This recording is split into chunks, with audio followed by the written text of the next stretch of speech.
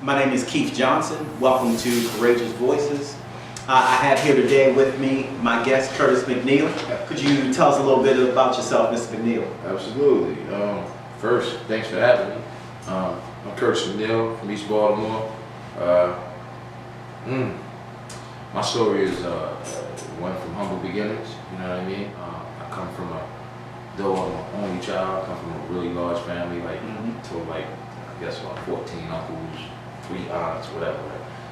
Started doing theater in 1989, okay. Under the direction of Dr. Hugh Carey, you know, one of those teachers that this state really should pay homage to. He should have a monument somewhere in this city, either down at Dunbar or up at Lake or over at Coppin, or even at Morgan. How did he influence you? Wow, you know, the principal, God bless his soul, and if his wife was still alive, God bless you, Dr. Oscar T. Joe. Okay.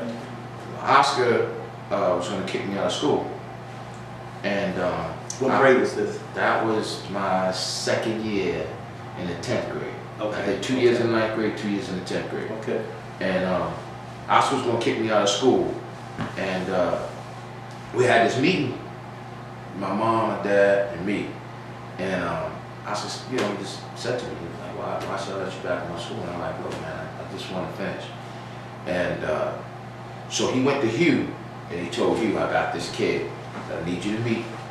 I need you to work with him. You're a little rough around the edges, brother. We all need some help sometimes. Yeah, Nothing wrong with that. So, and back then I was a rapper, you know what I mean? And, you know, I was in the street, and this, that, and the third. And he saw something in me beyond just the rap, you know, just beyond the kid that's from Lafayette and Castle Street. Okay. He put me in, The Wiz was the first show I ever did. And from there, man, I got caught in the experience of being able to be in one place, but exist in another. You know what I mean? It became my escape. So, yeah, I started. And that being acting? Yeah. Okay. So, I started in '89, and acting wound up taking me to the University of Arts of Philadelphia. And I went there for a summer, and I had enlisted because I really didn't think that, you know, I mean, being from where I'm from and having everything that we had going on, I really didn't think that my family could afford that education. And then when they said at that time, 17,000 per semester, we definitely couldn't afford that. So I enlisted in the military, left. Continued to do shows, though. I started like pseudo writing shows, things of that nature. Wound up in South Carolina after I got out of the military. And man, I mean, I joined the South Carolina Shakespeare Company, started doing Shakespeare, couldn't read it when I was in high school. I did a lot of, you know, some of us as African American actors, what happens is we'll get into acting and we'll only do like one specific genre of acting. Right. You know what I mean? But I was blessed, man, like God had his hands on all of that because I was blessed to not just do one specific genre. Okay. It blessed me to kind of, okay, you're going to do black contemporary acting or you're going to do black contemporary shows.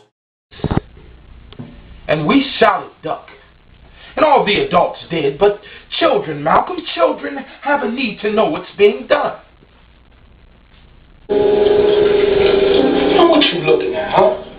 What is it? You want to fight? Yo, come on, bring it on. You think you real smart, huh? You sneaking around on your balls, taking this girl, setting up your own little crew. Tell us what you've recently worked on. Oh man, I just got finished doing this amazing piece written by my brother from another mother, Corey Johnson, called Courageous, which is like the title of the show. Man, that was an experience. Like out of all the shows I did in my life, that ranks in the top 3 because And I understand it was a one-man show, correct? Yes. Okay. It's a one-man show. it's a one-man show that's set at an NA meeting. It's Avon Johnson, aka Flubber. It's his 3rd year anniversary of being clean. Okay. And during this 3rd year anniversary of being clean, you actually get the chance to experience in him kicking the dust off, the remainder of the dust, and taking his story and kind of allowing it to kind of transform lives or recreate a life in so many words. Okay. My name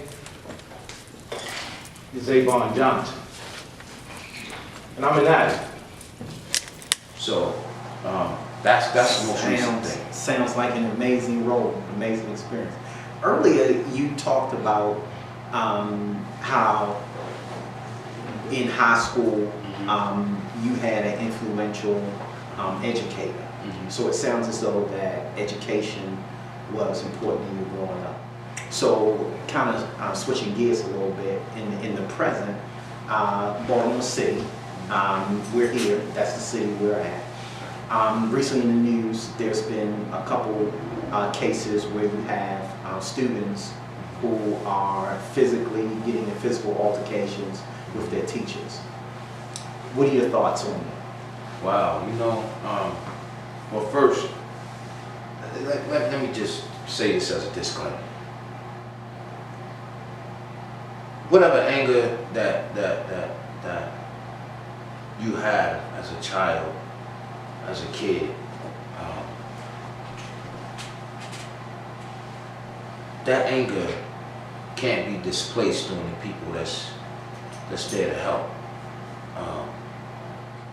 With that situation, me personally, it was a travesty. Yeah. However, we can't ignore the fact that we have a larger populace or a larger segment in our society who feels like they don't have a voice, they're not being spoken for, they're not being spoken to, and they're not being recognized by any. Yeah. So, And that would be our black youth. Our black youth. And you know what? In real time, depending on where you at in the state, it could also be our Caucasian American youth in those poor little rural areas who really don't have half of the means to even survive, but specifically in our black youth, because that is what's prevalent. So it sounds like what I hear you saying is that it's not necessarily just a black or brown issue, it's a school system issue where the school is forced to deal with kids who may have social and economic issues, parenting, household issues, and they're in this school environment, and we have our teachers who are left to deal with whatever these children are trying to deal with that happens outside of school. Absolutely. So what's the solution? Wow, I'm glad you said that, brother. Thank you. Look, check this out. I've been working with at-risk youth since probably 1998. I actually worked with at-risk youth when I was a youth. We used to have a blue chip thing here during the summer, and I would work, as a counselor at camps and stuff. But 1998, when I came home from the military, I started coaching. I coached for 10 years in a small town called Ridgeway, South Carolina. Okay. And when you're coaching, you get to deal with all aspects of human being that you ever going to see. So this was coaching sports? In coaching sports. Okay. A lot of times when you're doing like Pop Warner, the coach becomes the babysitter. A lot of parents don't want to say it, they don't want to admit it, but it's true. The coach becomes the babysitter for 2-3 hours. That mom, if she's a single mom, she get the opportunity to just have her space all to herself. So, but I've been working with these kids for a while. And unlike when I was younger, our children today have a lot of issues, a lot of distractionary things that's going on that doesn't allow for them, in most cases, it doesn't allow for them to even experience what it was like to get gratification gradually. Everything is instant. They got a question, they want to answer right now. You know what I mean? They got a feeling, they want to express it right now, as opposed to, why don't you learn what that feeling is? Why don't you try and understand and interpret what that feeling is? And as young minds, you expect for them to not to be as developed and understand what patience is. But that again is not an excuse for violence. No, it is not. Here's what you have. What you have is a bunch of people in a given society who has a bunch of displaced anger. One of the solutions to that is, this is a strong and firm belief of mine, is to start teaching these kids the truth. Start teaching these young African American kids the truth about what their people have done in this society. All right? Now, here's the catch. You hear people say all the time, oh, well, that should be taught at home. That should be taught at home, which is true. However, if what's taught at home is reinforced in the public, you then engage the kid's mind to say, hold on, I know that's what I used to see, but that's not what I have to do. Because so you're talking about bringing maybe some tools to these kids to teach them a little more about pride, about respect, self-esteem, understanding who you are, understanding who your people are, understanding what your people have done. You know, there's a whole lot of things that in a given course of a school curriculum of a year that we don't even find out about. We don't have no idea, but throughout a whole year, for example, in the African American schools, and you know, it's not even just beneficial to your African American kids. It's beneficial to your Caucasian American kids too. It's beneficial to your Korean American kids too. It's beneficial to everybody to teach them truth, because everybody then understands, okay, if I got this got this Caucasian kid over here, and he don't like me solely because of the color of my skin, but he learns the truth about who got us in the barrel then. You understand what I'm saying? Knowing the history. Knowing the history, or he learns the truth about who invented the zipper. Something just as menial as that. Who invented the helicopter? Who invented the cell phone chip? Who really is behind these things? Who invented the light bulb? Truthfully, who invented that? I think once you start to teach the truth in American history, then what happens is you alleviate the ignorance. That gets replaced with the pride, and the self-respect. And there you go. And the self-respect, and it gets replaced with, hold on, your people have done just as much as mine. Okay. So now I have to look at you on a, I mean, what was it called? When we was in school, I think it was called the caste system, right? Where you had the people up here and the people down here, right? But once you start to see the overall input of the masses, what happens is that shrinks. You're a military guy, right? Absolutely. I'm a military guy myself. And both of us have served with Klan members. I know it for a fact. I served with a dude that had skin on his knuckles. Known skinhead. The truth of the matter is, we in the desert. Ain't no here.